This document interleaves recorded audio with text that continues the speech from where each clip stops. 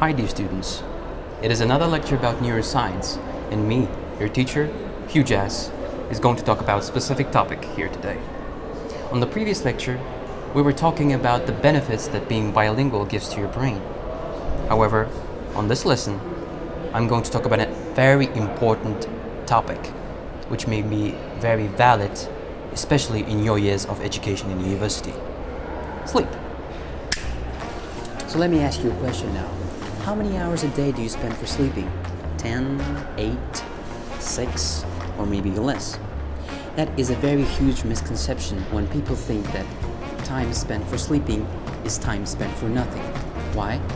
Because actually, sleep helps us to regulate certain vital systems in our body, like respiration, blood circulation, or brain functioning. However, I bet you're thinking that, oh, that is all good and all, but I can worry about it later when I finish my exam. But let me tell you that sleeping actually helps us to make our memory stronger. The 19th century psychologist Hermann Ebbinghaus has discovered that 40% of the new information we consume is forgotten within the first 20 minutes.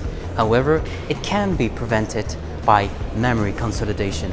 It is a process where the information is transferred from the short-term memory for the long-term memory. This consolidation occurs with the help of the major part of the brain called hippocampus.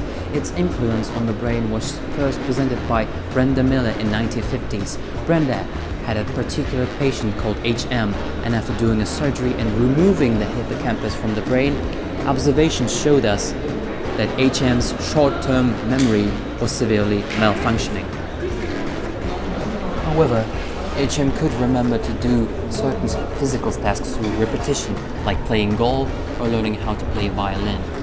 What this particular case tells us is that hippocampus is mostly responsible for our long-term declarative memory, such as remembering the facts and concepts for that test of yours. So why do we remember certain things and forget the other ones? There are ways to increase the efficiency of your long-term memory. For example, the emotions that are formed in times of heightened feelings, such as joy or even stress, will be better recorded due to their strong link with the hippocampus. Sleep is also composed of 4 different stages, the deepest of which are known as slow wave sleep and rapid eye movement. During slow wave sleep, declarative memory is stored better, while on the other hand, REM is associated with saving the procedural memory.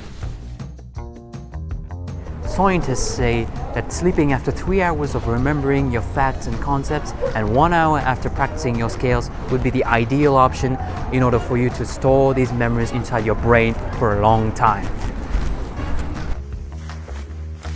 And now, I hope you can see that skipping sleep will not just harm your physical health, but it will also affect your memory in a negative way.